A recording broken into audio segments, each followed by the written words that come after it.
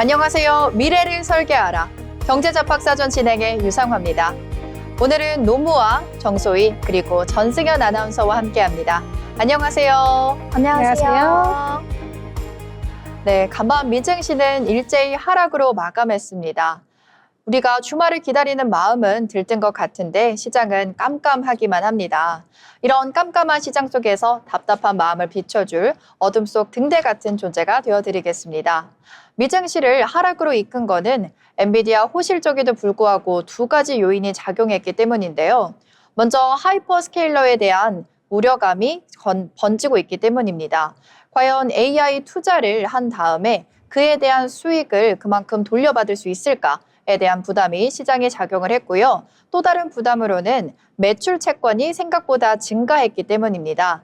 즉 엔비디아가 받지 못한 돈 미수금이 생각보다 많다고 시장에서 분석이 되면서 시장의 지수를 끌어내린 것으로 보입니다. 그러면서 나스닥의 조정이 2% 넘게 빠지면서 가장 컸고요. S&P 500 지수는 1% 넘게, 다우 지수는 0.8% 정도 빠지면서 일제히 하락으로 마감했습니다. 또한 9월 고용보고서도 발표가 됐는데요. 이러한 소식과 더불어서 오늘 미증시 흐름과 글로벌 이슈 노무아 아나운서와 함께 알아보겠습니다. 전해주시죠. 네, 자세한 미증시 마감 상황 안내드리도록 하겠습니다. 앞서 언급해 주신 것처럼 엔비디아가 3분기 호실적을 발표하긴 했지만 연준의 통화정책 불확실성이 기술주의 고평가 우려에 다시 한번 불을 지폈습니다. 기술주 중심의 낙스닥 종합지수 살펴보시면요. 2.16% 하락하면서 22,000대에서 거래를 마쳤고 다우지수 역시 0.84%가량 밀리면서 45,000선에서 거래를 마쳤습니다. 마지막으로 S&P 500 지수 역시 6,500대에서 거래를 마치는 모습 보여줬습니다. 다음으로는 히트맵 열어서 섹터별 흐름 살펴보도록 하겠습니다. 3대 지수가 모두 하락 마감을 한 가운데 대형 기술주 중심으로 일제히 빨간불이 켜졌습니다. 마이크로소프트와 엔비디아 각각 1.78% 그리고 3.15%라는 큰 하락폭을 보이면서 강한 빨간불을 켜냈고요. 애플과 아마존을 필두로 한 다른 테크주들의 흐름도 비슷했습니다. 또한 금융주 그리고 헬스케어주도 부진한 흐름을 보인 가운데 오늘 월마트를 중심으로 한 필수 소비재 섹터만 일제히 초록불을 켜내면서 독보적인 흐름을 보여줬습니다. 다음은 헤드라인을 통해 미증시 어떤 이슈들이 있었는지 살펴보도록 하겠습니다. 첫 번째 헤드라인입니다. 엔비디아도 10시의 폭락을 막지 못했다는 보도가 이어졌는데요. 장 초반 엔비디아는 탄탄한 실적을 기반으로 질주했습니다. 9월 비농협 고용은 예상보다 큰 12만 개 가까이 줄어들었지만 실업률도 4.4%까지 오르면서 12월의 금리 인하 기대감에는 엇갈린 영향을 끼쳤습니다. 좋았던 시장의 분위기는 오전 10시를 지나면서 확 바뀌었는데요. 최근 오전 10시가량에는 위험 자산의 대명사라 할 수 있는 비트코인의 급락과 함께 시장 분위기가 전반적으로 바뀌는 경우가 많았습니다. 오늘도 마찬가지였기 때문에 AI 관련주들 뚝뚝 떨어지는 모습 나타났고 엔비디아도 버티질 못했습니다. 시장도 마이너스로 전환했는데 이는 엔비디아의 실적이 AI 버블 논란을 종결시키지 못했다는 것을 의미합니다. 다음 헤드라인입니다. 미 9월 고용이 급증하면서 실업률은 상승했습니다. 아침 노동통계국은 9월 고용보고서를 발표했는데요. 비농업 고용은 11만 9천 개 증가하면서 예상치였던 5만 1천 개를 크게 웃돌았습니다. 하지만 지난 7, 8월 데이터에서 합쳐 3만 3천 개의 일자리가 하향 수정됐습니다. 8월 고용의 경우에는 기존 2만 2천 개 증가해서 4천 개 감소로 바뀌었는데 지난 6월의 고용 감소를 고려하면 지난 넉 달 중 2달에서 일자리가 줄어든 것입니다. 최근 3개월 월평균 고용은 2만 9천 개에서 6만 2천 개로 개선되었는데요. 하지만 이는 12개월 월평균인 10만 9천 개보다는 적은 수치입니다. JP모건은 9월 고용보고서의 세부 내용은 12월 회의에서 격렬한 논쟁을 불러일으킬 것이라고 전망했습니다. 때문에 결과와 관계없이 여러 이견이 있을 것으로 예상된다며 12월에도 FOMC가 기준금리의 동결을 유지할 것으로 전망된다는 의견 밝혔습니다. 10월 고용보고서의 발표가 취소되면서 시장도 다음 달 9월에서 10일 FOMC에서 연준이 12월 금리 인하에 나설 가능성은 낮다고 전망했습니다. 금리 인하를 지지하는 위원들이 주목하는 월간 고용 증가세 둔화와 실업률 급증 여부를 모두 확인할 수 없게 됐기 때문인데요. 이날 시카고 상품거래소 패드워치에 따르면 12월 금리 인하의 가능성은 29.6%로 떨어졌습니다. 전날만 해도 금리 인하에 대한 가능성 수치는 50.1%로 반반 수치였는데 한 달 전에는 98.8%로 거의 확정적이라는 전망이 우세했었습니다. 이날 미 노동부 산하 노동통계국은 10월 고용보고서 자료를 배포하지 않을 계획이라고 밝히면서 이는 역대 최장기간 이어진 미국 정부의 셧다운 여파라고 밝혔습니다. 이렇게 헤드라인 통해서 주요 이슈 살펴봤는데요. 다음으로는 종목별 상황 살펴보도록 하겠습니다. 아까 히트맵을 열어서 월마트를 필두로 한 필수 소비재들의 흐름이 아주 양호했다고 설명드렸는데요. 고물가의 부자들도 가성비를 추구하는 성향이 강해지면서 월마트 실적 상향됐습니다. 미국 최대 소매업체인 월매트가 깜짝 실적을 발표했는데 3분기 홀실적을 발표하면서 연간 전망까지 상향 조정됐습니다. 저소득층과 고소득층 간 소비 격차가 벌어지는 이러한 양극화 현상에서도 가성비와 편의성 관련 전략이 전소득 계층을 사로잡았다는 분석인데요. 먼저 숫자부터 살펴보면 월마트는 10월 말 마감된 3분기 실적을 공개했는데 매출은 전년 동기 대비 5.8% 증가한 수치로 1,795억 원 달러를 기록했습니다. 순이익은 무려 29%나 급증한 61억 달러였고요. 미국 내 동일 매장 매출도 4.5% 증가했습니다. 이 소식에 시장은 즉각적으로 반응했습니다. 실적 발표 직후 월마트의 주가가 무려 6.5% 이상이나 급등했는데 흥미로운 건 소비의 양극화 현상입니다. 월마트 CFO는 이렇게 설명합니다. 소득 구간별로 살펴보자면 저소득층에서는 지출의 둔화가 나타났지만 오히려 고소득층 고객의 유입이 가속화되는 상황이라고 하는데 이 배경을 살펴보면 미 연방정부의 셧다운으로 식품보조 지급이 일시 중단되면서 저소득층의 소비는 위축됐습니다. 반면 고소득층은 여전히 건조한 지출 여력을 보여주고 있는데요. 뱅크 오브 아메리카 자료를 살펴보면 이 격차는 더욱 명확합니다. 올해 10월 고소득 가구의 소비 증가는 전년 대비 2.7%에 달했지만 저소득층은 0.7%에 증가했습니다. JP모건은 9월 고용보고서의 세부 내용은 12월 회의에서 격렬한 논쟁을 불러일으킬 것으로 예상되므로 결과에 관계없이 여러 이견이 있을 것으로 예상된다고 밝혔는데요. 때문에 12월 FOMC가 12월 기준금리 인하에 대해서 동결 기조를 유지할 것으로 전망된다고 밝혔습니다. 10월 고용보고서의 발표가 취소되면서 시장도 다음 달 9월에서 10일 열릴 FOMC에서 연준이 금리 인하에 나설 가능성은 낮아졌다고 봐도했습니다. 팬데믹 시기 잠시 역전됐던 임금 흐름이 다시 원래대로 돌아오는 흐름을 보여주고 있는데요. 임금 상승률 역시 고소득층이 3.7%, 저소득층은 1%로 큰 차이를 보였습니다. 그렇다면 이 같은 월마트의 성공 비결은 무엇일까요? 대략적으로 세 가지 정도로 요약을 해볼 수 있는데 첫 번째는 전통적 강점인 저렴한 가격을 유지했다는 점입니다. 두 번째로는 당일 배송 등 이커머스에 관련된 영역을 대폭 확장했고요. 마지막으로는 전품목 가격 인상을 최소화했습니다. 이 같은 세 가지 전략이 맞아떨어지면서 이번에 월마트 어닝 서프라이즈를 달성하는 데 성공했습니다. 다른 소매업체들의 상황 같이 보시면 타깃은 분기 동일 매장 매출이 2.7% 감소했다고 발표했고 홈디포 역시 부진한 실적을 공개했습니다. 반면 TJmax와 아마존은 선방했습니다. 오프프라이스와 온라인 강점을 앞세워 견조한 매출을 기록했습니다. 경기 불확실성이 커지는 상황에서 소비자들은 가격과 편의성을 동시에 제공하는 업체를 선택하고 있습니다. 지금까지 월마트의 3분기 실적 발표 소식 안내해드렸습니다. 다음 소식은 전력과 클라우드 사업 관련한 낙관론이 커지고 있다는 이슈인데요. 인공지능 산업 인프라에 대한 기대가 투자 심리 그리고 다시 탄력을 받고 있습니다. 세계 최대 AI 칩 제조업체인 엔비디아가 기대 이상의 분기 실적을 낸 덕분인데요. 전문가들은 대규모 언어 모델을 개발하는 첨단 빅테크 종목보다 이외 성장을 먼저 경험하고 있는 원자력 발전, 클라우드, 그리고 전력기기 관련 기업에 주목할 것을 추천했습니다. 67억 달러를 투입하면서 AI 시대의 진짜 승자는 화려한 기술 기업이 아닌 묵묵히 인프라를 공급하는 기업들일 수 있다는 전망이 제기된 건데요.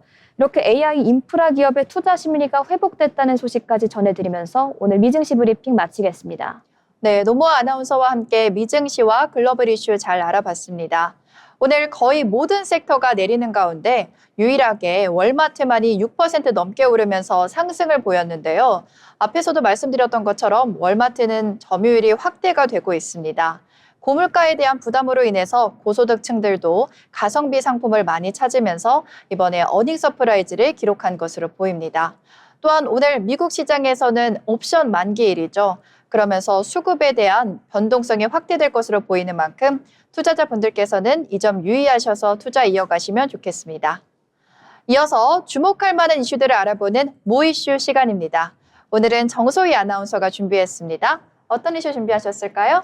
네, 우리 추워지는 연말 집에서 볼 수 있는 예능이 돌아왔습니다. 바로 입맛을 돋구고 쫄깃한 재미를 동시에 선사해줄 예능 흑백요리사 2인데요. 12월 16일 넷플릭스에서 단독 공개로 만나보실 수 있습니다.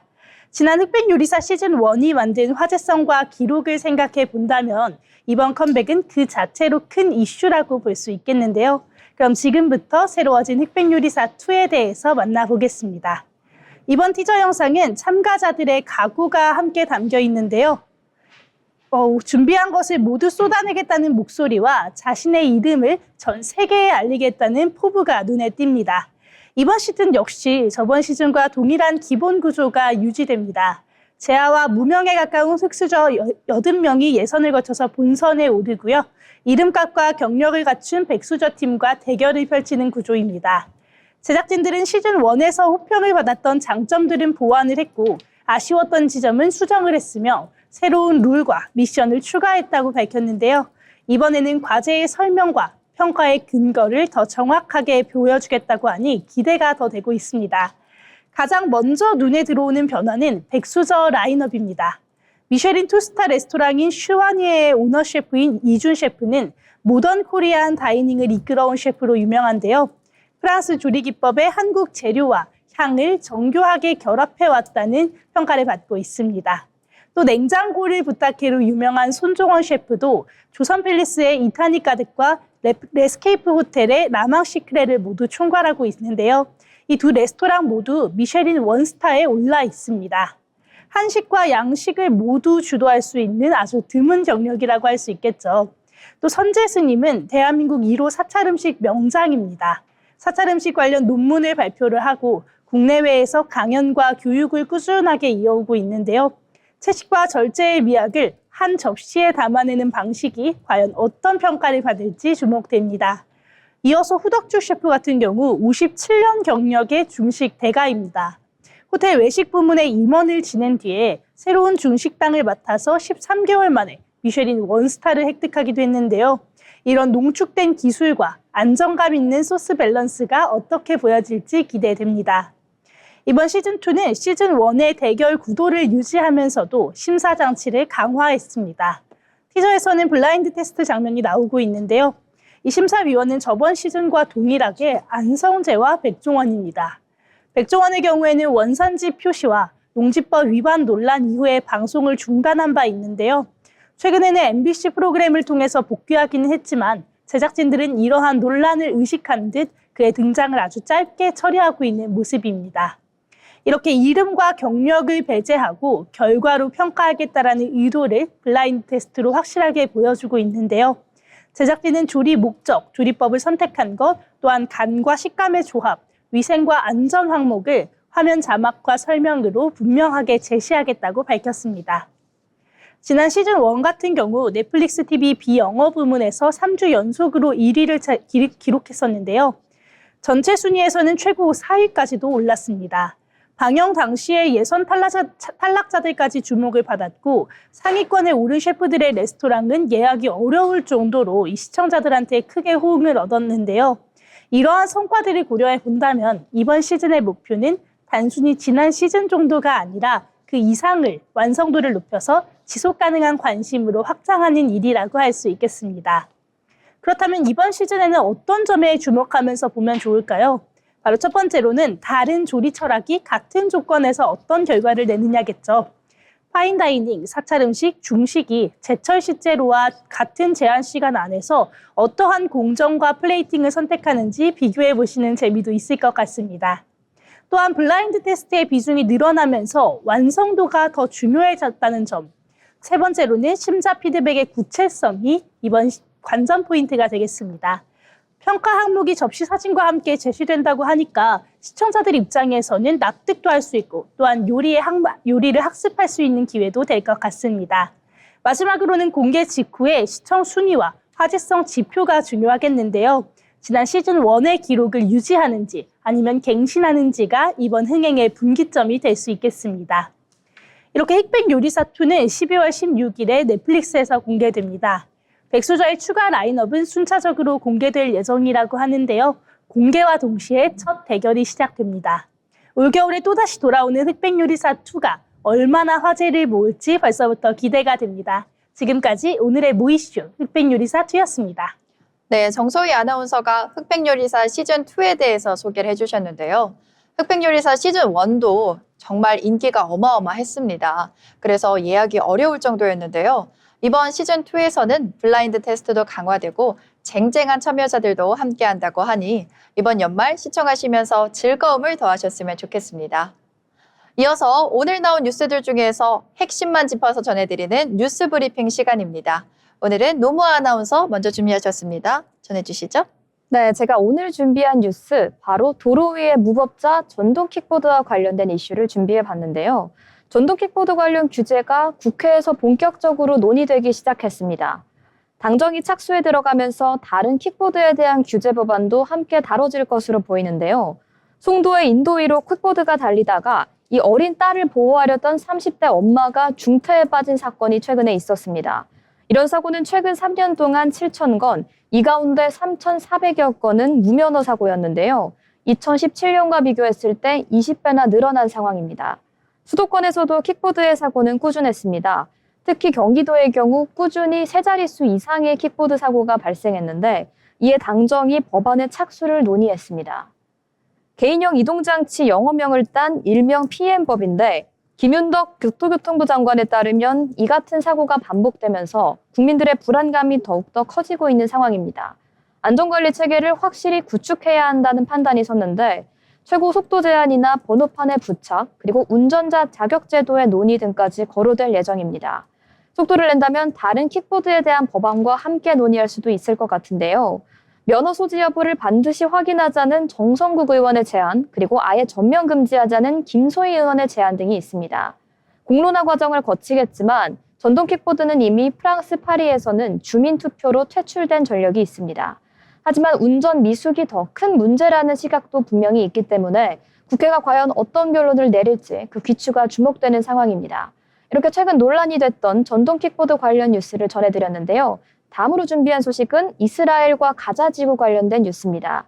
가자지구 휴전협정 발효 이후 이스라엘은 오히려 더 공격적인 모습을 보여주고 있습니다. 가자지구와 레바논의 공습을 지속하는 것은 물론 시리아의 주둔군인 이스라엘군 철도 여부도 구분했는데요. 시리아와 이스라엘은 1947년 휴전하면서 시리아 남부 골란고원에 이 휴전지대를 설정했습니다. 그런데 이스라엘은 아사드 독재 정권이 축출된 후 완충지대 너머로도 계속해서 지상군을 진입시키면서 군사작전을 벌이고 있는 상황입니다. 시리아는 이스라엘에게 시리아 남부 모든 지역에서 군을 철수할 것을 강하게 촉구했지만 이스라엘은 여전히 이를 거부하고 있는 상황입니다. 미국이 중재해온 시리아와 이스라엘의 안보협정의 체결 논의도 전반적인 교착 상태에 빠졌는데요. 이스라엘은 지난 19일에는 가자지구 전역에 대한 공습을 퍼부어 최소 23명이 숨졌습니다. 휴전협정을 맺은 지 6주 만인데 이스라엘은 팔레스타인 무장단체인 하마스가 휴전의 협의를 위반했고 경계선인 옐로라인도 침범했다고 주관했습니다. 그러나 하마스는 휴전협정을 위반하는 건 오히려 이스라엘이라고 강하게 반박했습니다. 가자지구 보건부에 따르면 지난달 휴전 발효 이후 이스라엘은 총 393차례나 합의를 위반했다고 합니다. 이렇게 오늘의 뉴스 브리핑 제가 준비한 뉴스는 여기까지입니다. 네, 노무아 아나운서가 전동 킥보드 규제에 대한 소식, 그리고 이스라엘의 가자지구 공습에 대한 소식까지 국내외 뉴스 골고루 잘 전해주셨습니다. 이제 다음 뉴스는 정소희 아나운서가 이어가겠습니다. 전해주시죠. 네, 제가 첫 번째로 가져온 뉴스는 원화 약세와 관련된 뉴스입니다. 20일 기준으로 원달러 환율이 20일 장중 1,470원을 다시 넘어섰는데요.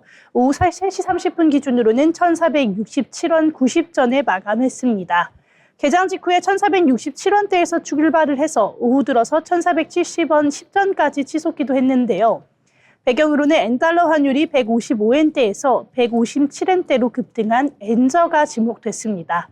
일본의 대규모 경기 부양책 기대가 재정 부담 우려로 이어지면서 엔화가 약세를 보였고 달러화 지수 상승도 원화 약세의 압력을 키운 것으로 보입니다. 주식시장에서는 외국인이 순매수를 이어갔지만 환율의 흐름을 바꾸지는 못했습니다. 특히나 4월 이후에는 원화가 엔화와의 동조성이 강해진 점이 부담으로 작용했는데요.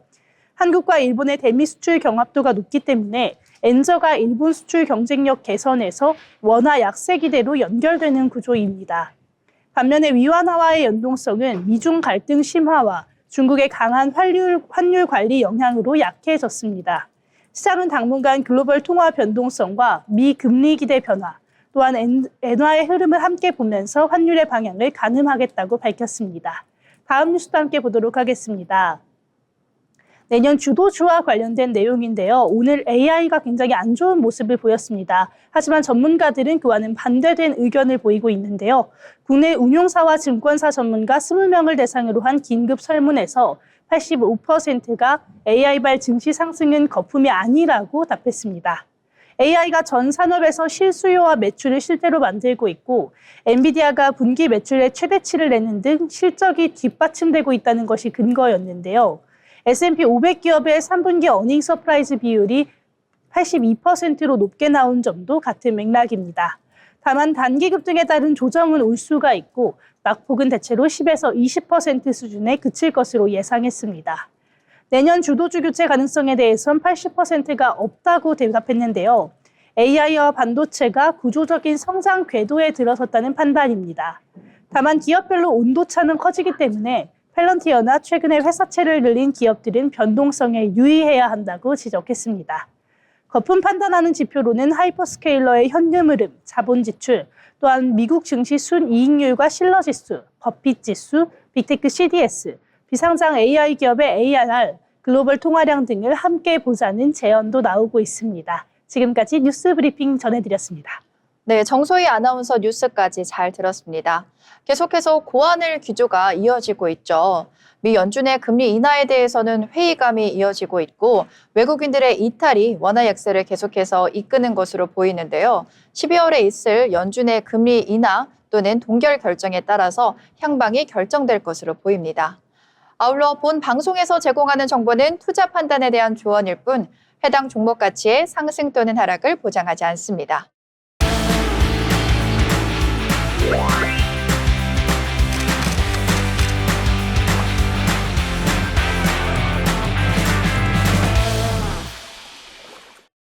전국의 축제, 맛집, 핫플레이스를 소개하는 어디 갈까 시간입니다. 쌀쌀한 공기가 볼을 스치며 겨울 문턱을 알리는 요즘, 이런 계절에는 괜히 마음이 차분해지고 주변 풍경이 더 아름답게 느껴지죠. 특히 오래된 골목 사이로 따스한 노란빛이 번지는 곳이라면 그 순간만큼은 일상이 조금 특별해지기도 하는데요. 그래서 오늘은 지금 가장 예쁜 계절을 맞이한 서울의 서촌을 소개해드리겠습니다. 걸음마다 이야기가 담긴 동네, 지금 바로 함께 떠나볼까요? 네, 경복궁 서쪽에 자리한 서촌은 조선시대부터 예술가와 문인들이 사랑해온 동네입니다. 한옥과 현대 건물이 자연스럽게 어우러져 지금의 오래된 서울을 고스란히 품고 있는데요. 특히 요즘 서촌은 은행나무가 노랗게 물든 풍경이 절경입니다. 효자동 골목을 따라 늘어선 은행나무가 햇살을 받으면 금빛 터널을 만들고 바람이 불 때마다 노란 잎이 사르르 흩날리며 골목 전체가 마치 영화의 한 장면처럼 느껴지는데요. 그리고 이 계절 꼭 들러야 할 곳, 바로 카멜커피 서촌점입니다. 창밖으로 은행나무가 길게 펼쳐져 있어서 따뜻한 라떼 한 잔 들고 창가에 앉으면 노란 단풍이 그대로 액자처럼 담기는데요. 요즘 은행나무 뷰 맛집으로 불릴 정도로 가을 분위기를 가장 예쁘게 즐길 수 있는 스폿입니다. 청운동, 효자동, 통인동으로 이어지는 골목길은 단풍 덕분에 더 따뜻하고 여유로운 분위기를 만들고 작은 갤러리와 공방들은 서촌 특유의 잔잔한 감성을 그대로 채워주고 있습니다. 서촌에는 작은 골목마다 인기 맛집들이 숨어 있는데요.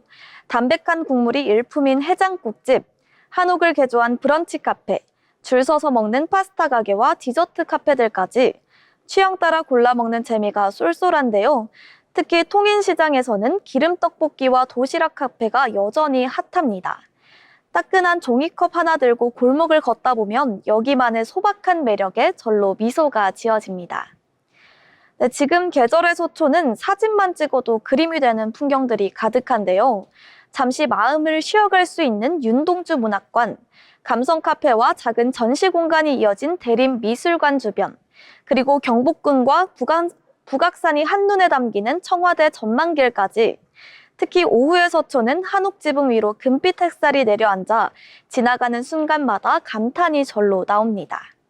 경복궁역 2번 출구에서 시작해 통인시장과 효자동 골목을 지나 윤동주 문학관 그리고 청운공원까지 이어지는 루트로 서촌의 마다집, 단풍, 여유로운 풍경을 한 번에 느낄 수 있는 최고의 산책 코스 소개해드렸습니다. 네, 바쁘게 흘러가는 일상 속에서도 골목 하나를 천천히 걷는 것만으로도 우리 위로받을 때가 있잖아요. 서촌은 그런 여유의 순간을 선물하는 동네입니다. 이렇게 예쁜 동네에서 조금은 느리고 조금은 더 따뜻한 하루를 보내시길 바랍니다. 지금까지 어디 갈까였습니다.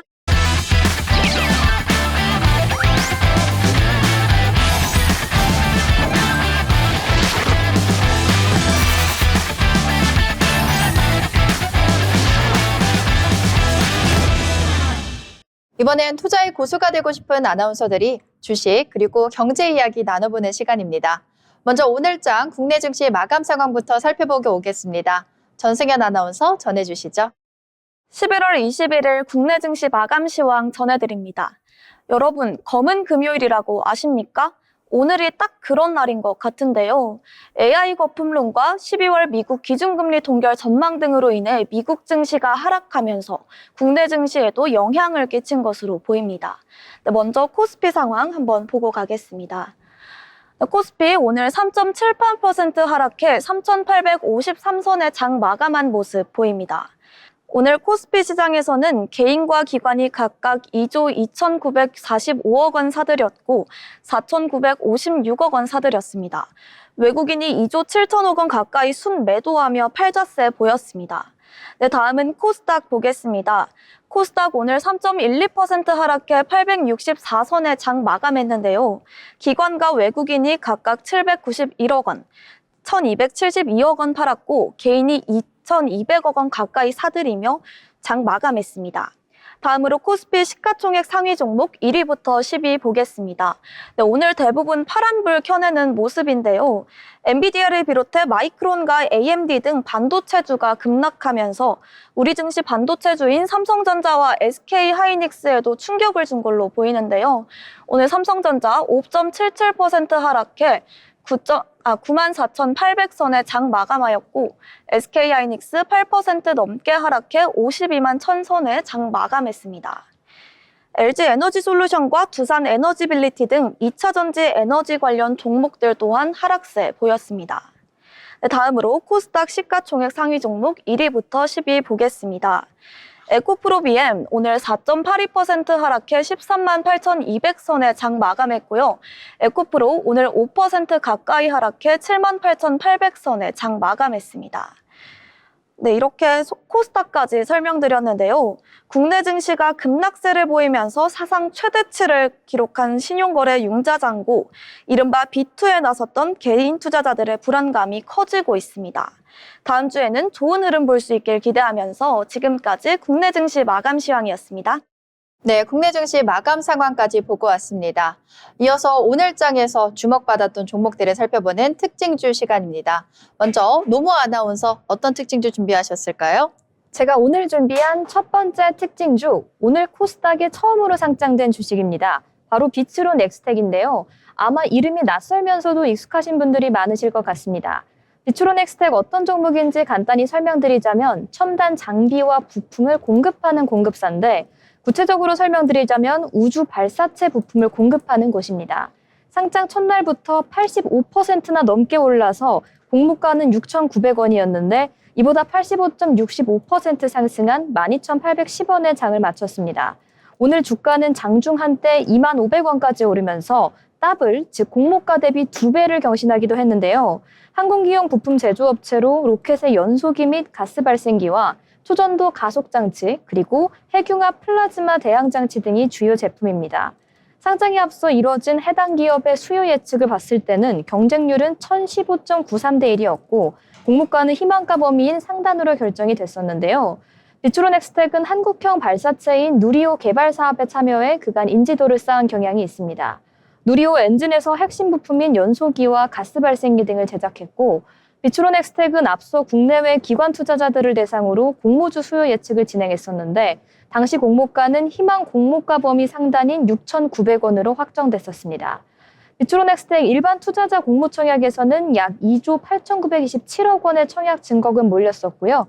일반 투자자 대상 110만 주를 모집하면서 총 8억에 달하는 주가 신청됐습니다. 경쟁률은 762.3대 1이었습니다. 이 같은 좋은 흐름 보여줬던 비추론엑스텍 오늘 차트 살펴보시면요. 앞서 설명드린 것처럼 공모가에서 시작을 했는데 시가는 12,500원이었습니다. 이에 장중 25,500원 선까지 터치했으나 상승분을 소폭 반납하면서 오늘 12,810원의 종가 형성했습니다. 이어서 다음 특징주 정소희 아나운서가 전해주겠습니다. 전해주시죠.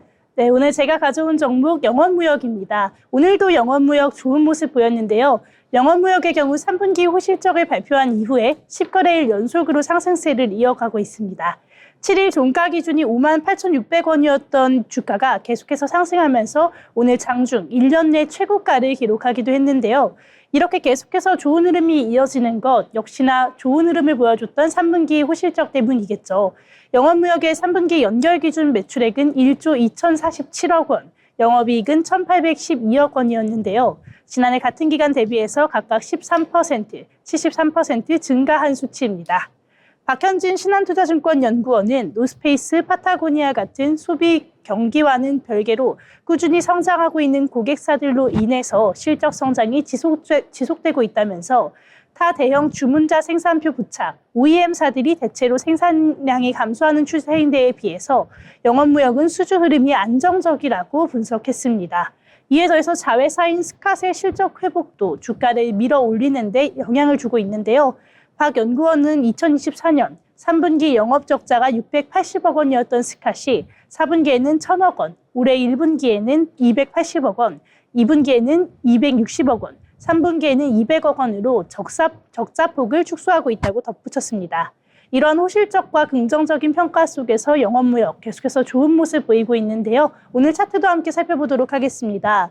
계속해서 지금 상승세 보이는 거 차트를 통해서도 확인하실 수 있겠는데요. 오늘 같은 경우에는 시가 전장과 동일하게 시작을 해서요. 오늘 종가는 굉장히 좋은 흐름 보여줬습니다. 고가 같은 경우에는 7.04%까지 오르는 등 되게 좋은 모습이었지만 약간은 상승분을 반납하는 모습이었습니다. 아무래도 시세 차익을 실현하려는 매도세도 있었기 때문으로 보이는데요. 그래도 전반적으로는 매수세가 훨씬 많이 들어오면서 오늘 종가 3.53% 상승한 88,100원으로 마무리했습니다.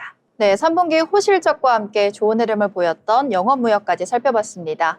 이어서 노무 아나운서 다음 특징주 소개해 주실까요? 네, 제가 다음으로 소개해드릴 특징주 앞서 오늘 한국 화장품 언급을 해주셨는데요. 이 같은 화장품주의 상승 모멘텀을 타고 또 다른 좋은 종목을 보여준 또 다른 화장품주가 있었습니다. 바로 삐아라는 브랜드인데 이 브랜드의 이름이 생소하신 분들도 있으실 텐데요. 최근 20대 MZ세대를 중심으로 급속히 인기가 올라가고 있는 아주 핫한 브랜드다 이렇게 보시면 될 것 같습니다. 이제 삐아의 경우에 오늘 상승세 굉장히 좋았습니다. 전반적으로 9,340원 선에서 시작해서 11,500원 선에서 고가를 형성하고 종가는 15,100원에서 형성을 하기도 했는데요. 이 같은 배경에는 앞서 설명해 주시기도 했지만 바로 한일령 관련된 내용이 있습니다. 아까 한국 화장품의 상승세 위주로 살펴봤기 때문에 이 한일령 이슈가 한국, 일본 그리고 중국 사이에 어떤 식으로 영향을 끼치고 있는지를 좀 자세히 짚고 넘어가 보려고 하는데요. 중국은 프랑스와 일본 그리고 한국 순으로 화장품을 수입하고 있습니다. 일본 수입 비중이 줄어들 경우 이제 한국 제품이 대체 수요를 일부 흡수할 수 있다는 분석이 나오게 되는데 그 주요 포인트를 정리하자면 최근 이슈로는 일본산 화장품을 중국이 수입 제한을 하면서 이 같은 기대감이 부상됐고 한국 ODM 그리고 중국 로컬 브랜드 더불어 한국 브랜드 일부까지 이 같은 반사이익을 흡수할 수 있을 것으로 기대되고 있습니다. 키움증권은 일본 브랜드는 고가부터 중가까지 스펙트럼이 넓기 때문에 대체 수요 규모도 크다고 지적하고 있는데요. 생산 라인이 막힐 경우 ODM 업체로 발주가 이동할 가능성도 있다고 짚어주고 있습니다. 이 같은 흐름에 오늘 좋은 흐름 보여줬던 삐아의 차트 한번 보시고 넘어가도록 하겠습니다. 결과적으로 굉장히 긴 꼬리 달린 장대 양봉으로 마무리했는데 고가는 앞서 말씀드린 것처럼 11,500원 선에서 형성이 됐습니다. 전거래일 대비 19.42%나 증가한 수치였는데요. 그렇지만 장 후반쯤에 이 상승분은 소폭 반납하면서 오늘 종가 1,430원 선에서 형성했습니다. 네, 큰 상승률을 보이면서 마감했던 삐아까지 살펴봤고요. 저와 마지막으로 보실 특징주는 바로 반도체주입니다. 오늘 반도체주가 전반적으로 약세 흐름을 보였죠. 그 이유는 인공지능 거품 의료가 재부각되면서 미국의 반도체주가 일제히 급락한 여파로 삼성전자와 SK하이닉스도 크게 빠지는 장이었습니다. 개장 직후에 SK하이닉스는 전일 대비 9.02% 하락하면서 51만 9,500원까지 내려가기도 했는데요. 이달 들어서 가장 낮은 기록을 기록하기도 했습니다. 같은 시각 삼성전자도 4% 넘게 내리면서 9만 6천 원을 기록하기도 했습니다. 전날 엔비디아 깜짝 실적에 힘입어서 10만 전자까지 올라가기도 했는데요. 삼성전자는 하루 만에 다시 9만 전자로 내려오게 됐습니다. 이는 AI 거품 논란이 재부각되면서 엔비디아가 3% 이상 급락하는 등 미국의 반도체 지수도 4.77% 하락하면서 국내 대형 반도체주도 하락하는 것으로 풀이됩니다. 앞서 20일 뉴욕 증시는 엔비디아 실적 발표로 인해서 상승분을 모두 반납하고 하락 마감한 바 있죠. 이 여파로 AI와 반도체 관련주로 구성된 필라델피아 반도체 지수도 4.77% 급락했습니다. 장 초반에 195달러를 넘긴 엔비디아 주가는 이후 하락 전환하면서 주당 180.64달러에 거래를 마쳤고요. 오라클 주가도 6.58% 하락했고 AMD는 7.84% 급락하면서 200달러 선에 가까워졌습니다. 오늘 삼성전자는요. 5.79% 빠지면서 94,800원에 마감을 했고요. SK하이닉스 또한 8.76% 빠지면서 52만 1,000원에 종가 형성했습니다. 이렇게 특징주까지 알아봤고요. 다음으로는 우리가 주목할 만한 인물들을 알아보는 인물 로그 시간입니다. 오늘은 어떤 인물 준비하셨을까요? 정소희 아나운서 전해주시죠. 네, 오늘의 인물 로그 K뷰티의 1세대 창업자이자 여전히 현장에서 판을 새롭게 짜고 있는 경영자 클리오 대표이사 한현옥입니다.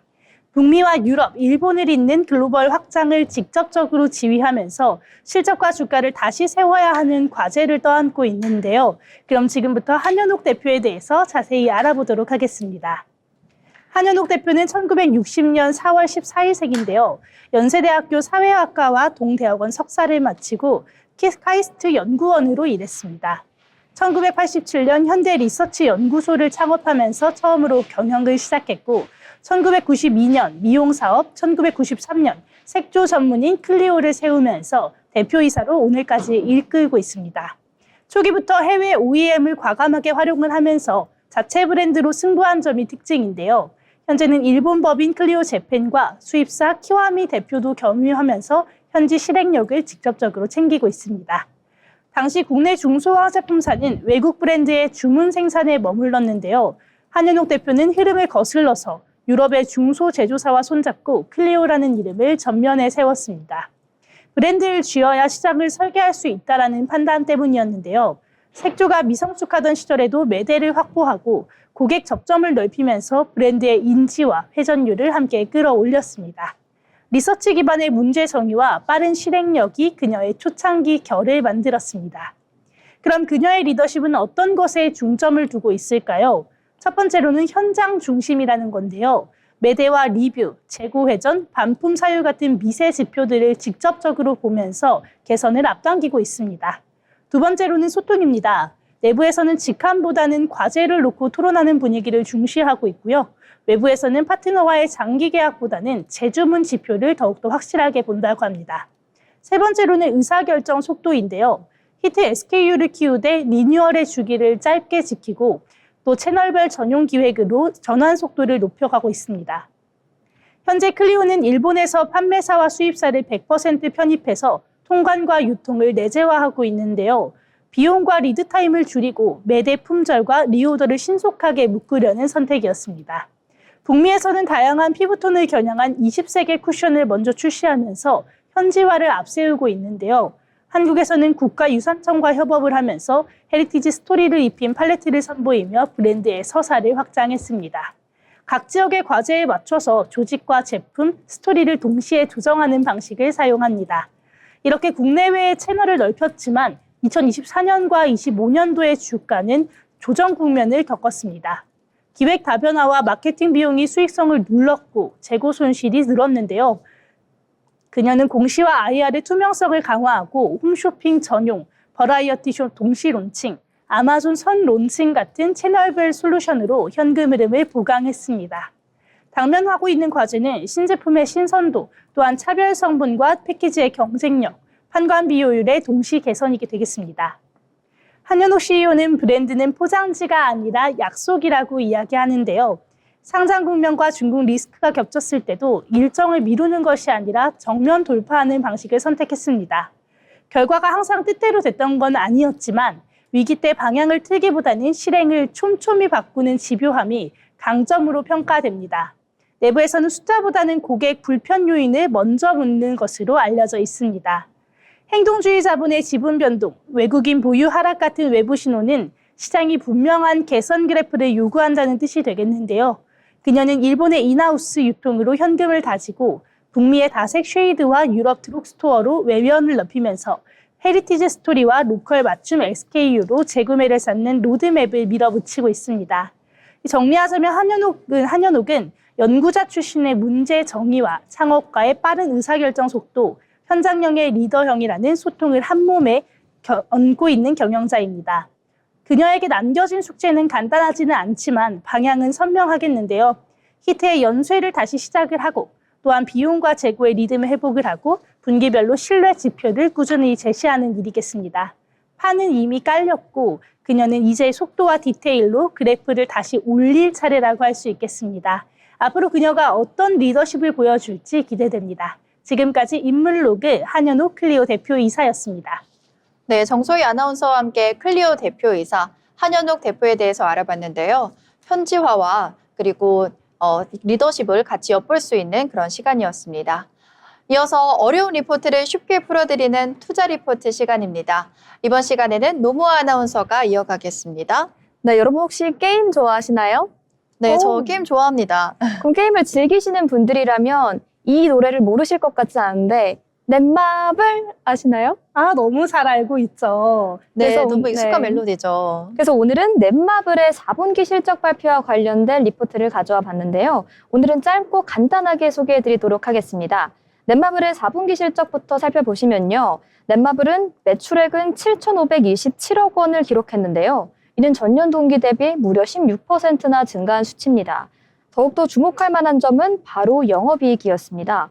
1,205억 원으로 전년 동기 대비 무려 242%나 증가한 수치였는데 이는 증권가 시장 컨센서스인 1,007억 원을 약 20%가량 상회하는 컨센서스였습니다.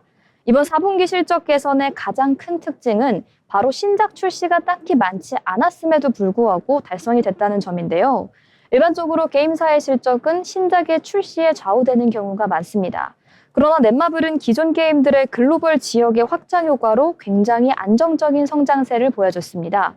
특히 9월에 글로벌로 출시된 세나리오가 예상을 뛰어넘는 흥행을 기록했고 RF2와 모두의 캡틴 등 주요 타이틀들이 모두 해외 시장에서 전반적으로 높은 점유율을 보여줬습니다. 이들 게임은 특히 동남아시아와 북미 시장에서 높은 유저의 참여도 그리고 과금률을 보이면서 실적의 개선에 크게 기여한 바가 있습니다. 영업이익률 측면에서도 굉장히 괄목할 만한 성과가 있었는데요. 4분기 영업이익률 약 16%로 전년 동기 대비 굉장히 크게 개선됐습니다. 이는 마케팅 비용의 효율적인 집행과 개발 인력의 최적화, 마지막으로 글로벌 퍼블리싱 전략이 성공에 기인한 것으로 분석됩니다.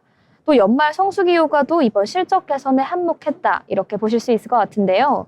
크리스마스와 연말연시 시즌 동안 게임 내 특별 이벤트 그리고 한정판 아이템의 판매가 굉장히 활발하게 이루어지면서 기존 유저들의 과금이 증가했고 신규 유저의 유입도 증가했다. 이렇게 보시면 될 것 같습니다. 지역별로 살펴보면 국내 시장이 전체 매출의 약 35%를 차지했고 해외 시장은 65%를 기록했습니다. 특히 북미와 유럽 시장에서의 매출 비중이 전분기 대비 5%포인트 증가하면서 넷마블의 글로벌 경쟁력 한층 강화됐다는 소식 전해드립니다. 동남아시아 시장에서는 RF2와 세나리오가 각각 매출의 상위권을 차지하면서 안정적인 수익을 창출했고요. 일본 시장에서는 기존 IP를 기반으로 한 게임들이 여전히 좋은 흐름을 보여주고 있습니다. 이렇게 실적에 대해서 알아봤는데 실적이 왜 성공했는지 그 요인 짚어보도록 하겠습니다. 먼저 넷마블의 연간 매출은 3조 3,033억 원으로 전년 대비 9% 성장했고 영업이익은 4,485억 원으로 24%의 높은 성장률을 보여줬습니다. 이러한 실적은 게임업계 전반의 성장률을 상회하는 수치로 넷마블의 경쟁력은 더욱더 공고해지는 상황이라고 볼 수 있는데요. 특히 영업이익 성장률이 매출 성장률을 크게 상회한다는 점은 단순한 외형의 성장이 아닌 실질적인 수익성의 개선이 이뤄진다는 점을 의미합니다. 2026년 넷마블에게 굉장히 중요한 한 해가 될 전망입니다. 아무래도 RPG 장르의 게임인 오리진이 넷마블의 자체 IP를 활용한 야심작인데요. 광활한 오픈월드를 자유롭게 탐험하면서 다양한 퀘스트와 전투를 즐길 수 있다는 점이 큰 장점이고 고품질 그래픽과 몰입감 있는 스토리텔링으로 하드코어 게이머들의 관심을 끌 전망입니다.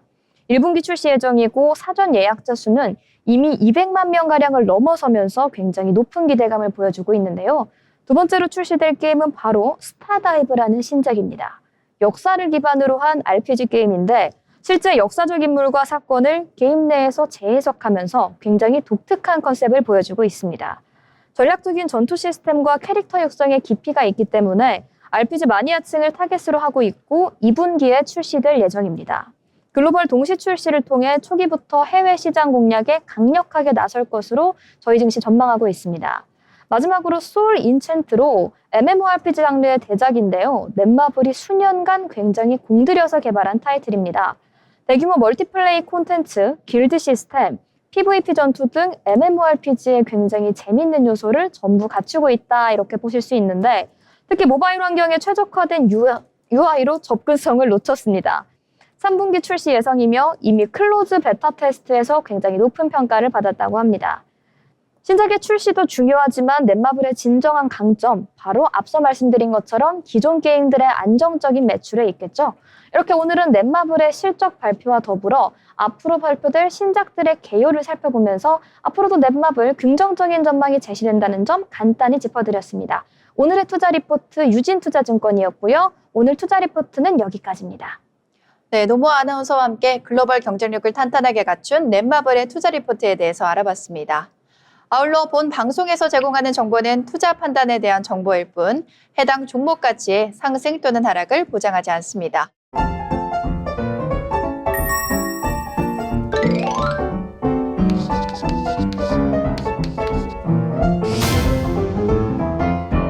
네, 벌써 방송을 마칠 시간이 됐는데요. 오늘 장에 대해서 한마디로 요약해보면서 방송을 마무리해보겠습니다. 먼저 노무아 아나운서 오늘 장 어떻게 보셨나요? 오늘 장 한마디로 TT 슬펐습니다. 이렇게 요약할게요. 네, 슬펐다는 한 줄평이었고요. 이어서 정소희 아나운서는요? 네, 저는 오늘 장 미션 AI 거품 걷어내자 이렇게 이야기해보도록 하겠습니다. 네, 저는 이렇게 정리해보겠습니다. AI 거품론이라는 찬바람에 시장이 감기에 걸렸다. 이렇게 정리해보면서 오늘 저희가 준비한 내용 여기서 정리하겠습니다. 시청자 여러분 고맙습니다.